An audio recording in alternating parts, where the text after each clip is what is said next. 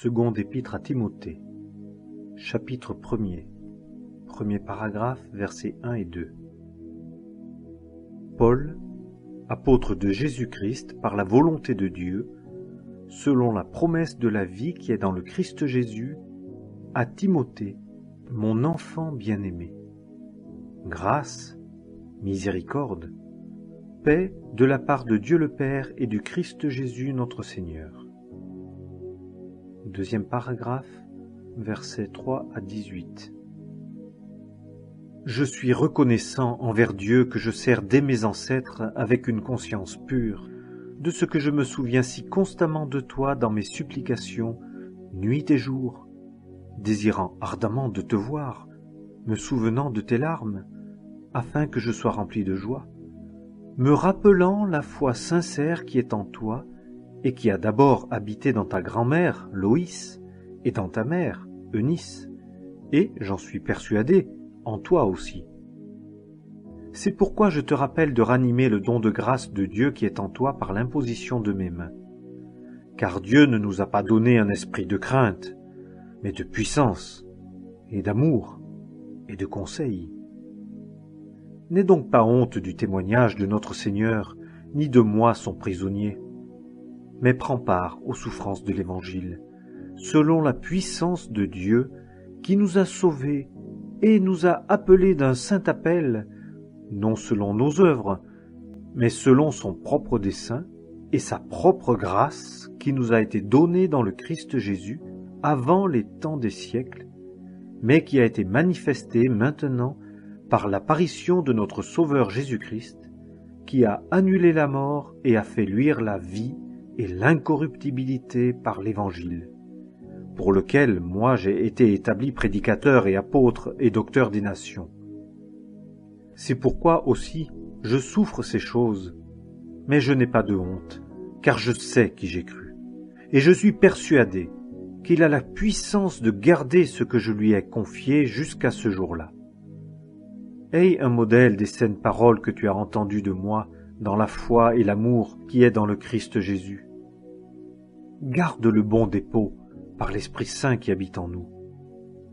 Tu sais ceci, que tous ceux qui sont en Asie, du nombre desquels sont Phygèle et Hermogène, se sont détournés de moi.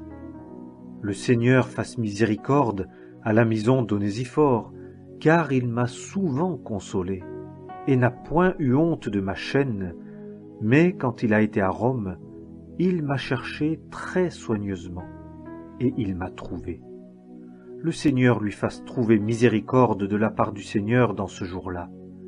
Et tu sais mieux que personne combien de services il a rendu dans Éphèse. Seconde épître à Timothée, chapitre 2. Premier paragraphe, versets 1 à 6. Toi donc, mon enfant, fortifie-toi dans la grâce qui est dans le Christ Jésus. Et les choses que tu as entendues de moi devant plusieurs témoins, comme elle est à des hommes fidèles qui soient capables d'instruire aussi les autres. Prends ta part des souffrances, comme un bon soldat de Jésus-Christ. Nul homme qui va à la guerre ne s'embarrasse dans les affaires de la vie, afin qu'il plaise à celui qui l'a enrôlé pour la guerre. De même, si quelqu'un combat dans la lice, il n'est pas couronné s'il n'a pas combattu selon les lois. Il faut que le laboureur travaille premièrement pour qu'il jouisse des fruits. Deuxième paragraphe, verset 7. Considère ce que je dis, car le Seigneur te donnera de l'intelligence en toutes choses. Troisième paragraphe, versets 8 à 13. Souviens-toi de Jésus-Christ, ressuscité d'entre les morts, de la semence de David, selon mon évangile, dans lequel j'endure des souffrances jusqu'à être lié de chaînes comme un malfaiteur.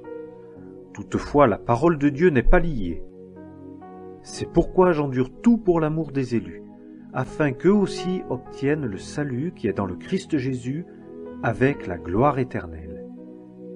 Cette parole est certaine, car si nous sommes morts avec lui, nous vivrons aussi avec lui. Si nous souffrons, nous régnerons aussi avec lui. Si nous le renions, lui aussi nous reniera. Si nous sommes incrédules, lui demeure fidèle, car il ne peut se renier lui-même. 4e paragraphe, versets 14 à 26. Remets ces choses en mémoire, protestant devant le Seigneur qu'on n'ait pas de dispute de mots, ce qui est sans aucun profit et pour la subversion des auditeurs. Étudie-toi à te présenter approuvé à Dieu, ouvrier qui n'a pas à avoir honte, exposant justement la parole de la vérité, mais évite les discours vains et profanes, car ceux qui s'y livrent iront plus avant dans l'impiété, et leur parole rongera comme une gangrène, desquelles sont Hyménée et Philette qui se sont écartés de la vérité, disant que la résurrection a déjà eu lieu, et qui renversent la foi de quelques-uns. Toutefois, le solide fondement de Dieu demeure, ayant ce sceau, le Seigneur connaît ceux qui sont siens, et qu'il se retire de l'iniquité quiconque prononce le nom du Seigneur. Or, dans une grande maison, il n'y a pas seulement des vases d'or et d'argent, mais aussi de bois et de terre, et les uns à honneur, les autres à déshonneur. Si donc quelqu'un se purifie de ceci, il sera un vase à honneur, sanctifié, utile au maître, préparé pour toute bonne œuvre. Mais fuis les convoitises de la jeunesse, et poursuis la justice, la foi, l'amour, la paix, avec ceux qui invoquent le Seigneur d'un cœur pur. Mais évite les questions folles et insensées, sachant qu'elles engendrent des contestations. Et il ne faut pas que l'esclave du Seigneur conteste, mais qu'il soit doux envers tous, propre à enseigner, ayant du support, enseignant avec douceur les opposants, attendant si Dieu peut-être ne leur donnera pas la repentance pour reconnaître la vérité, et s'ils ne se réveilleront pas du piège du diable par qui ils ont été pris pour faire sa volonté. Seconde épître à Timothée, chapitre 3. Or, sache ceci, que dans les derniers jours il surviendra des temps fâcheux, car les hommes seront égoïstes, avares, vantards, hautains, outrageux, désobéissants à leurs parents, ingrats, sans piété, sans affection naturelle, implacables, calomniateurs, incontinents, cruels, n'aimant pas le bien, traîtres, téméraires, enflés d'orgueil, amis des voluptés plutôt qu'amis de Dieu, ayant la forme de la piété, mais en ayant renié la puissance. Or, détourne-toi de tels gens, car d'entre eux sont ceux qui s'introduisent dans les maisons et qui mènent captives des femmelettes chargées de péché, entraînés par des convoitises diverses, qui apprennent toujours et qui ne peuvent jamais parvenir à la connaissance de la vérité. Or, de la même manière dont Janès et Jambres résistèrent à Moïse, ainsi aussi ceux-ci résistent à la vérité, hommes corrompus dans leur entendement, réprouvés quant à la foi.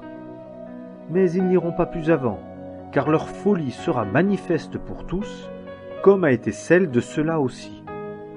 Mais toi, tu as pleinement compris ma doctrine, ma conduite, mon but constant, ma foi, mon support, mon amour, ma patience, mes persécutions, mes souffrances, telles qu'elles me sont arrivées à Antioche, à Iconium et à Lystre.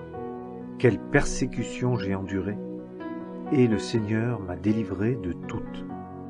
Et tous ceux aussi qui veulent vivre pieusement dans le Christ Jésus seront persécutés. Mais les hommes méchants et les imposteurs iront de mal en pis, séduisant et étant séduits. Mais toi, demeure dans les choses que tu as apprises et dont tu as été pleinement convaincu, sachant de qui tu les as apprises, et que, dès l'enfance, tu connais les saintes lettres qui peuvent te rendre sage à salut, par la foi qui est dans le Christ Jésus. Toute écriture est inspirée de Dieu et utile pour enseigner, pour convaincre, pour corriger, pour instruire dans la justice, afin que l'homme de Dieu soit accompli et parfaitement accompli pour toute bonne œuvre. Seconde épître à Timothée, chapitre 4. Premier paragraphe, versets 1 à 8.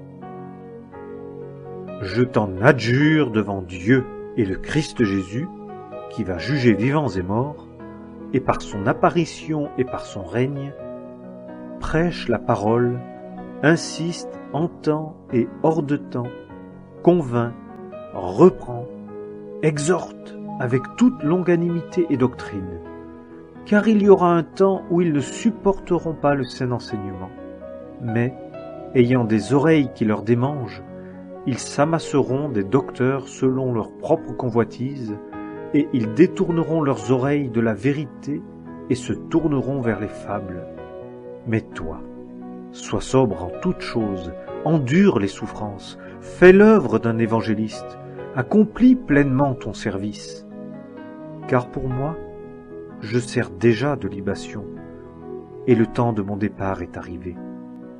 J'ai combattu le bon combat, j'ai achevé la course, j'ai gardé la foi. Désormais m'est réservée la couronne de justice que le Seigneur juste juge me donnera dans ce jour-là, et non seulement à moi, mais aussi à tous ceux qui aiment son apparition. Deuxième paragraphe, versets 9 à 18. Empresse-toi de venir bientôt auprès de moi, car Démas m'a abandonné, ayant aimé le présent siècle. Et il s'en est allé à Thessalonique. Crescens en Galatie, Tite en Dalmatie. Luc seul est avec moi. Prends Marc et amène-le avec toi, car il m'est utile pour le service.